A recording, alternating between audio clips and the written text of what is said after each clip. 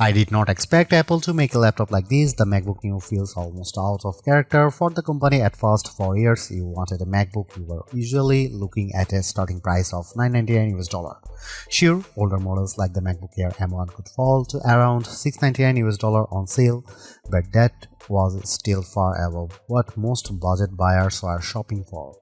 The MacBook Neo starts at just $599 US for education, which is a huge jump downward.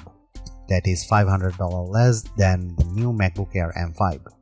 And yes, that price is low enough to set off warning alarms, but after testing the MacBook Neo, I think the surprise is not that it is cheap. The surprise is that it is actually good. In fact, it is the most balanced laptop I have used under $600 US, and it easily beats every Windows laptop I have tried in this class. It also leaves most Chromebooks behind. For $599 US, Apple gives you an aluminum body that feels solid and premium, a bright 500 nit display with rich color, and the A18 Pro chip, which is fast enough for everyday work, streaming, browsing, light productivity, and casual game. The side-mounted speakers are also much better than they have any right to be at this price. So, what did Apple give up to make that happen?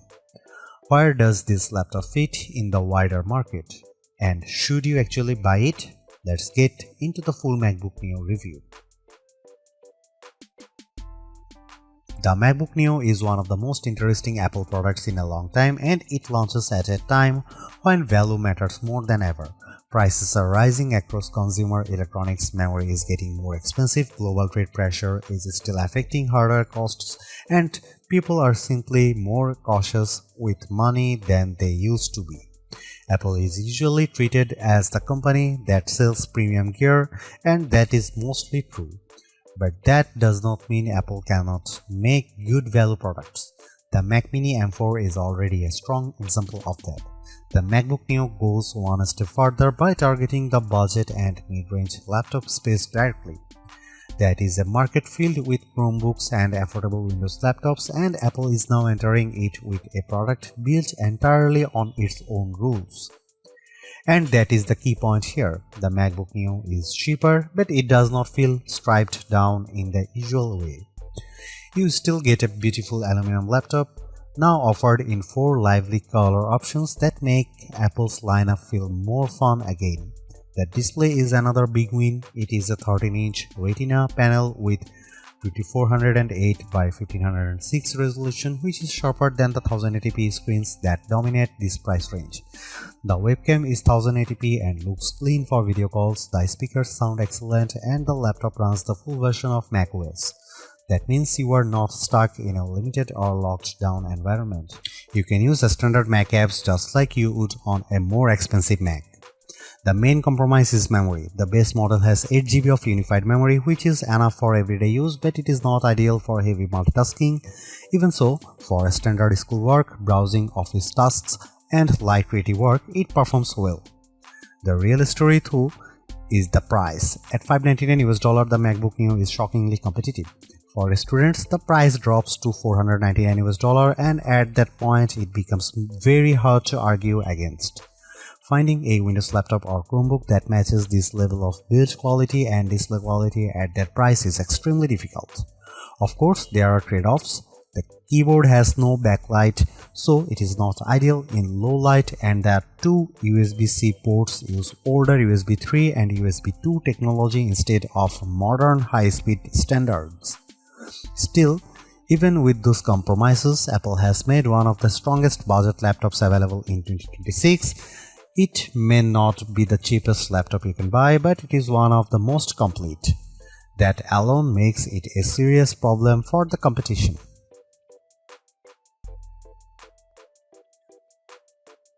Price is the headline feature here, and Apple clearly designed the MacBook Neo around it.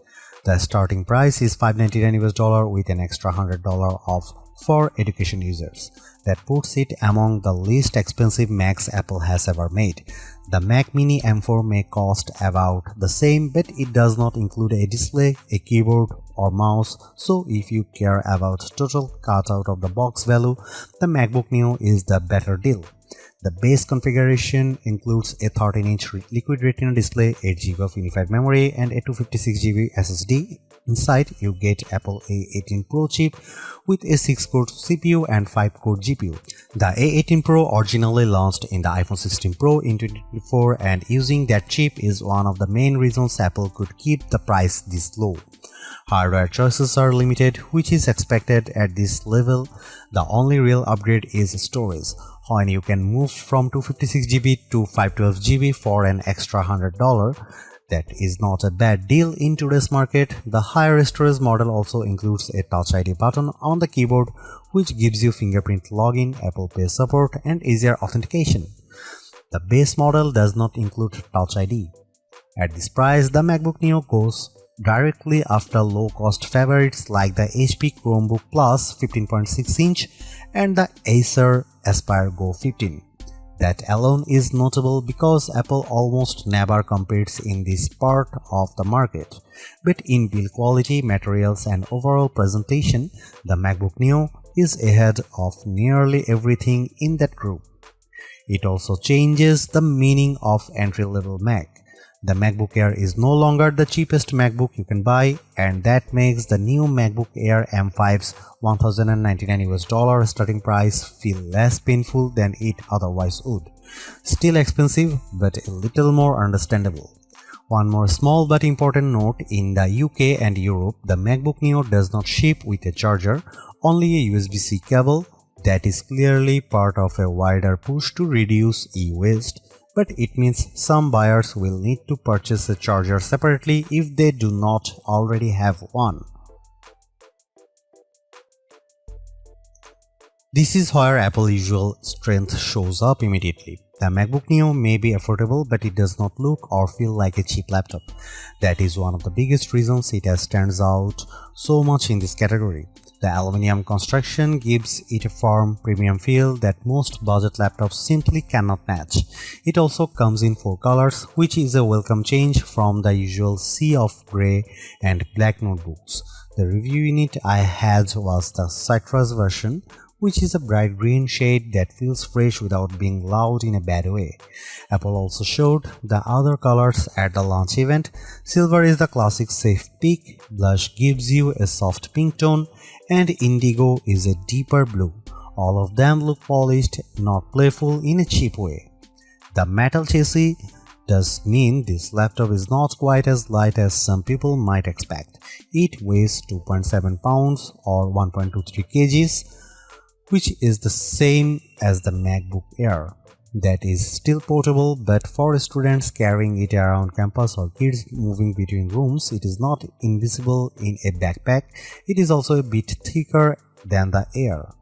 Apple has also colored the keyboard to match the body, which helps the whole design feel more unified. That is a small detail, but Apple does a good job with those little visual touches. One thing to know is that Touch ID is not included on the base model. If you buy the 512GB version, you get the fingerprint button on the keyboard. That is much more useful than the standard log button on the cheaper model, especially because Touch ID speeds up logins, purchases, password entries, and app approvals. It is a shame Apple locked that feature behind the more expensive configuration, since biometric security is already common on many cheaper laptops. The keyboard itself is comfortable and familiar. It feels like a proper Magic Keyboard, which is good. The bad news is that it is not backlit. That is probably the clearest compromise Apple made to hit this price point, and it matters more than some people might think. In a dim classroom, a dorm room, or a late-night study session, the missing backlight becomes annoying fast. That may not be a deal breaker, but it is definitely something buyers should know. On the left side, you get 2 USB-C ports. These are also used for charging because there is no MagSafe 3 here. At first glance, the ports look the same, but they are not.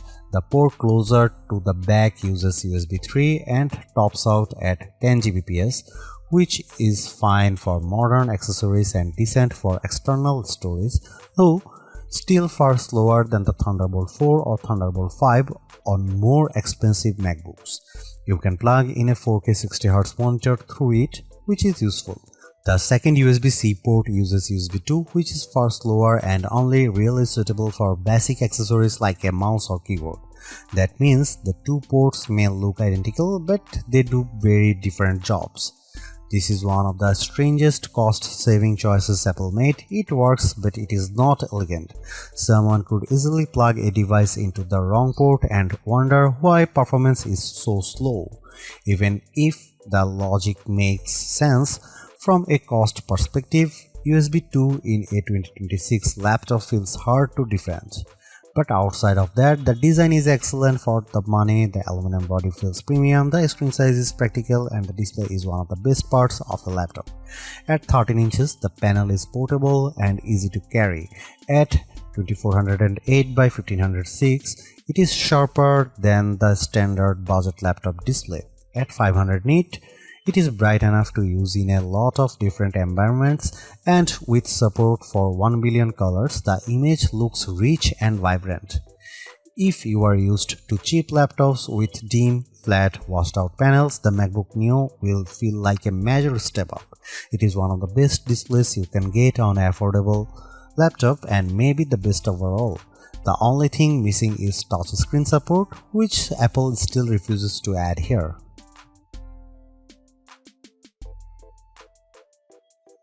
The MacBook Neo's performance story is unusual, but it makes sense once you look at the pricing. Instead of using an M series chip, Apple chose the A18 Pro, the same chip that powered the iPhone 16 Pro. On paper, that sounds strange. In practice, it is a smart, cost-saving move. Apple has been building mobile chips for much longer than its computer chips, and the latest iPhone silicon is extremely capable. For a budget laptop, that may be a better approach than using a weak conventional laptop chip that struggles under normal use. Using an older iPhone chip lets Apple keep the price down while still delivering strong everyday performance. You might wonder why Apple did not simply use an older M chip like the M1. The company says the A18 Pro has a 16-core neural engine that is better suited for on-device AI work, including Apple Intelligence features inside macOS. The M1 is not as strong in that area, and the A18 also uses faster memory, so the choice is more deliberate than it first appears. Because the A18 Pro is still a 64-bit ARM chip, you are not getting some limited phone-only system here. The MacBook Neo runs full macOS, which means standard Mac apps work normally. And that matters. This is not a lockdown machine like many Chromebooks, which are limited to a narrower set of apps, or Windows 11s laptops, which are restricted in annoying ways and often push you toward Microsoft Store downloads and Edge browsing. The MacBook Neo avoids that kind of frustration completely. For everyday use, the experience is very good. macOS runs smoothly enough, and while it is not as fast as a MacBook Pro, it is still impressive for a machine this affordable. I would recommend keeping the workload light and realistic. Use built-in apps, office software, browsing, streaming, and basic creative tools, and the Neo behaves well. I tested it with GarageBand and Keynote, and both worked without issue. That is exactly the kind of software this machine is meant to handle.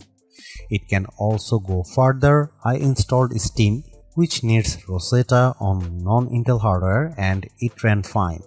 That shows how open the Neo is compared with Chromebooks and other budget systems. You are not trapped inside a limited app ecosystem. Apple's ecosystem integration is also fully intact. You can mirror your iPhone, move files between devices, share your clipboard, make calls, send messages, and use an iPad as a second display. I even tested it with the new M5 iPad Pro, which is very uneven pairing in terms of price, but the feature worked great. That is one of the best things about the MacBook Neo. It still feels like a real Mac, not a cheaper version of one. The limits are mostly about hardware. If you want heavy 3D rendering, serious video editing, or a big creative workload, this is not the right machine.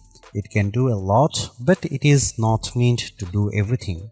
The 8 GB of unified memory is the biggest technical concern. Unified memory is shared across the system and graphics, so once you start opening multiple apps or using more demanding workloads, it fills up quickly.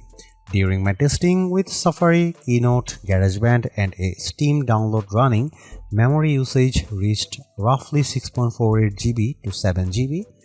That is very close to the ceiling.